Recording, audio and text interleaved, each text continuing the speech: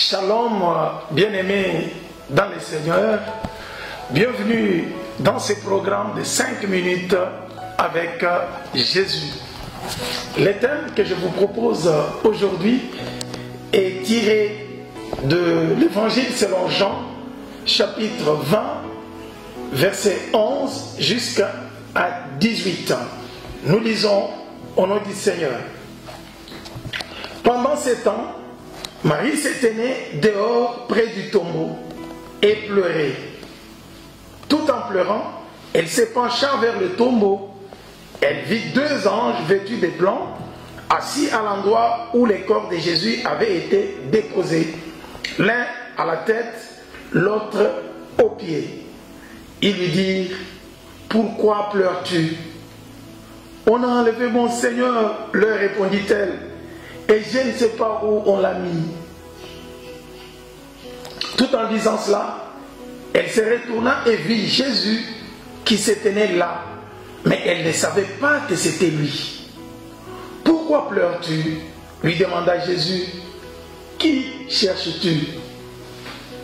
Pensant que c'était le gardien du jardin, elle lui dit: si c'est toi qui l'as emporté, dis-moi où tu l'as mis, pour que j'aille le reprendre. Jésus lui dit: Marie. Elle se tourna vers lui et s'écria en hébreu: Rabouni, ce qui veut dire maître. Ne me retiens pas, lui dit Jésus, car je ne suis pas encore monté vers le Père. Va plutôt trouver mes frères et dis-leur de ma part: je monte vers mon Père, qui est votre Père, vers mon Dieu, qui est votre Dieu. Marie de Magdala alla donc annoncer aux disciples: j'ai vu le Seigneur. Et elle leur rapporta ce qu'il lui avait dit. Amen. Dans ce texte, nous parlons de la résurrection de Jésus et son apparition après la Pâque à ses disciples. Le premier point que nous devons retenir est que Jésus-Christ ne fait pas rencontre après sa résurrection avec n'importe qui. Pas de soldats romains, pas d'autres personnes, mais c'est seulement avec ses disciples.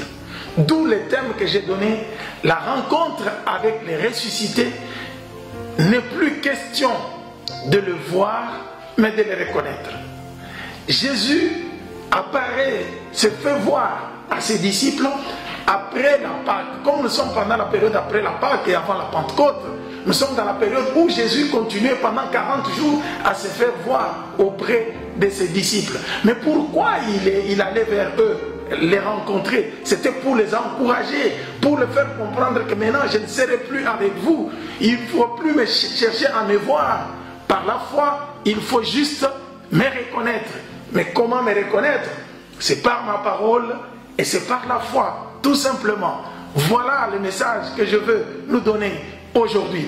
Regardons maintenant, prenons le cas de cette femme, Marie, courageuse, de qui étaient sortis les 7 démons.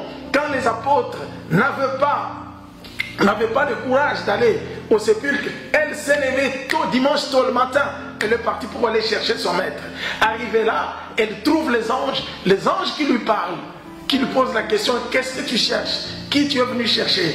Elle dit, elle cherche son maître. Son maître, même s'il est mort, il est toujours son maître. Quelle foi de cette femme! Et après,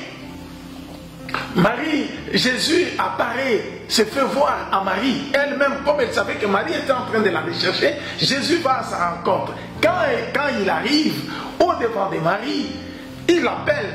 Marie regarde, elle n'a pas reconnu. Elle n'a pas du tout reconnu Jésus.